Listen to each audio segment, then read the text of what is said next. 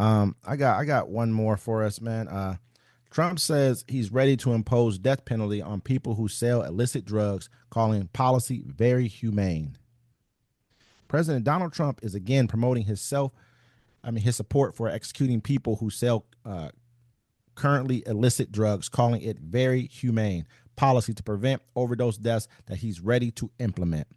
He also ambitiously projected that his administration will cut drug use in the U.S. by 50% during his new term by launching an aggressive advertising campaign to warn Americans about the harms of substance misuse.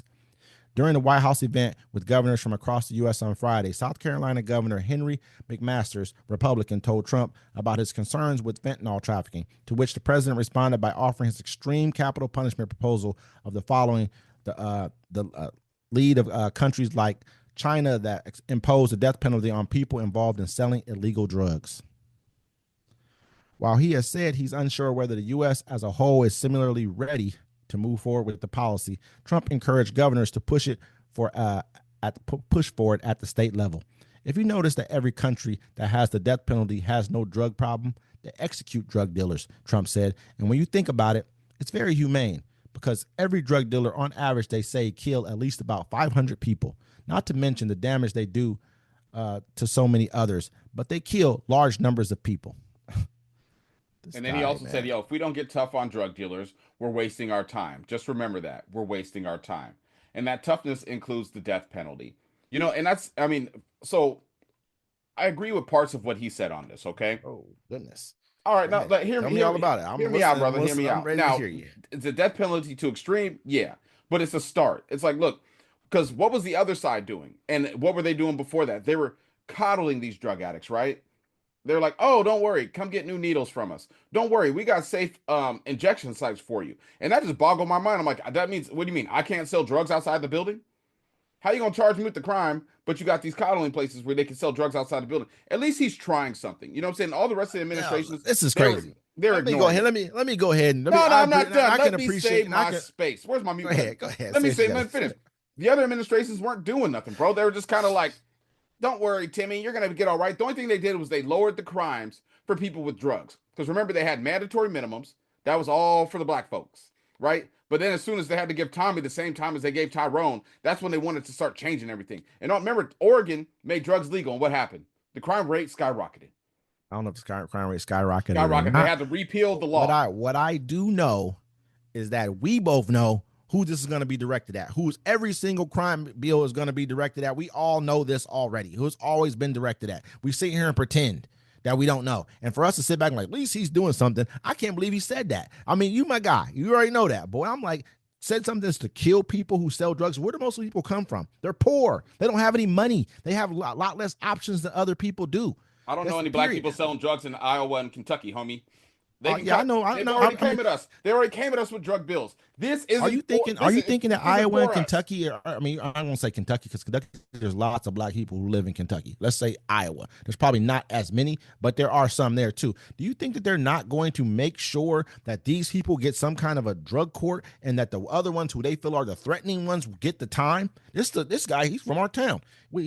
Timmy McMaster's, whatever his name is, he doesn't deserve it. He doesn't deserve that. But this kid over here, he's from a bad part of town. Timmy McMaster's got 5 years because they had mandatory minimums in the state that they Give already him 5. made. He didn't get a death penalty. They already made for black folks. Death penalty 5. No, they didn't. Tell you what he got. He got the drug program because they already changed that around and made sure the drug program, that wasn't even a schedule whatever drug at first. Fentanyl wasn't. Remember, it wasn't. It wasn't high on the scheduled list, but crack cocaine sure was. They made sure they made that little crack was. Cocaine wasn't, but crack was. Let's stop sitting back and acting like we don't understand. Higher than fentanyl right now. I don't know about anymore. They might have dropped it, but they might have changed it. Remember they changed that around for a minute. Did they? But listen, the point of this is right here. It's just, to me, like, for a person to ever come out and say death penalty for drug dealers, it's crazy to me. You didn't say death penalty for pedophiles. You didn't say death penalty for rapists. You didn't say any of that stuff. Why not? Why would there be death penalty for rapists? You saw what they did with that Epstein list. They came out. They had the people come out with the folders. You say, "Oh yeah, we got the folders." They made a whole joke of it. You want to know why?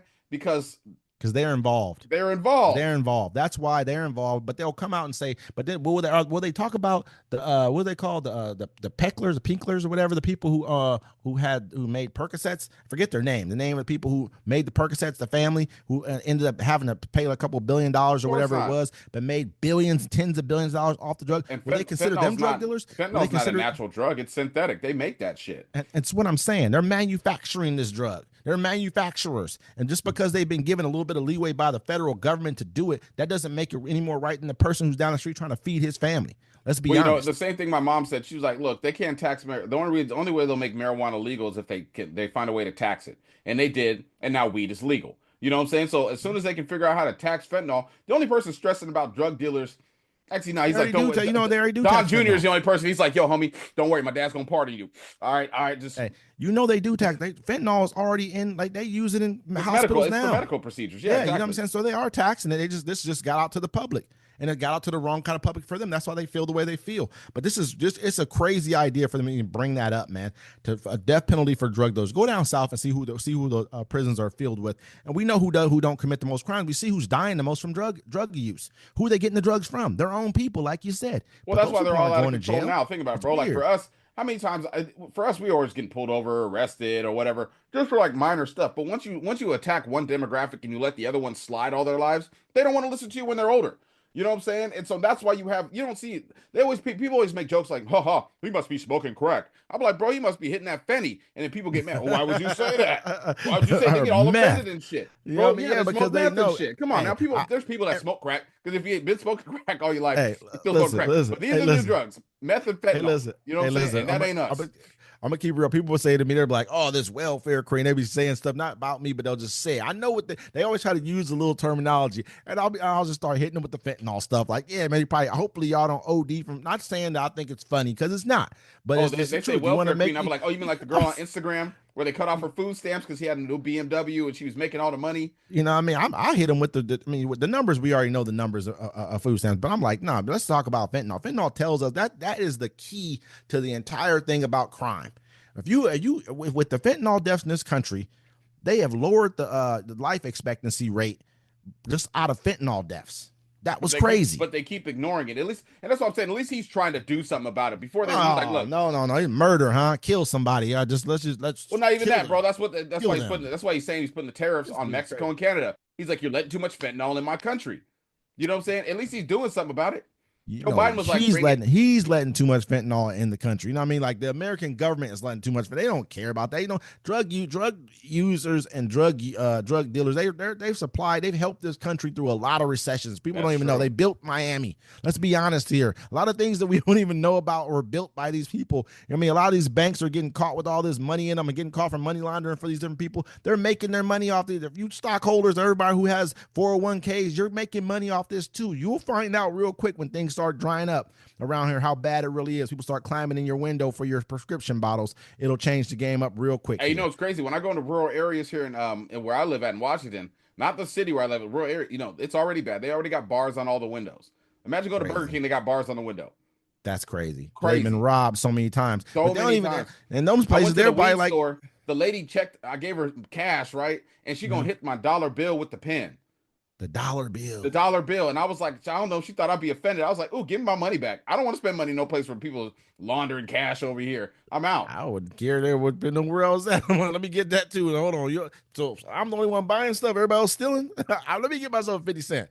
50, forget the dollar. Even 50 cents. One, bro. 50 cent me. Even I was like, that tell you where they at, man. That tell you where they at. They coming in there with 21s and they're buying everything. They're like, man, look, we balling out today. I got 20 fake $1 bills right now. They took their time out to make a fake $1 bill. That is crazy. Think about it. It's the underbelly of America that the only person that ever exposed it, his name was Jerry Springer. Because at least when Jerry Springer was out, we saw that all of us had problems. We all had in all our communities. You know what I'm saying? And now they're trying to hide it, but now you see it's the underbelly of America. And with that, folks, we're going to let you go. We'll see you next time. This is Uncommon Courtesy.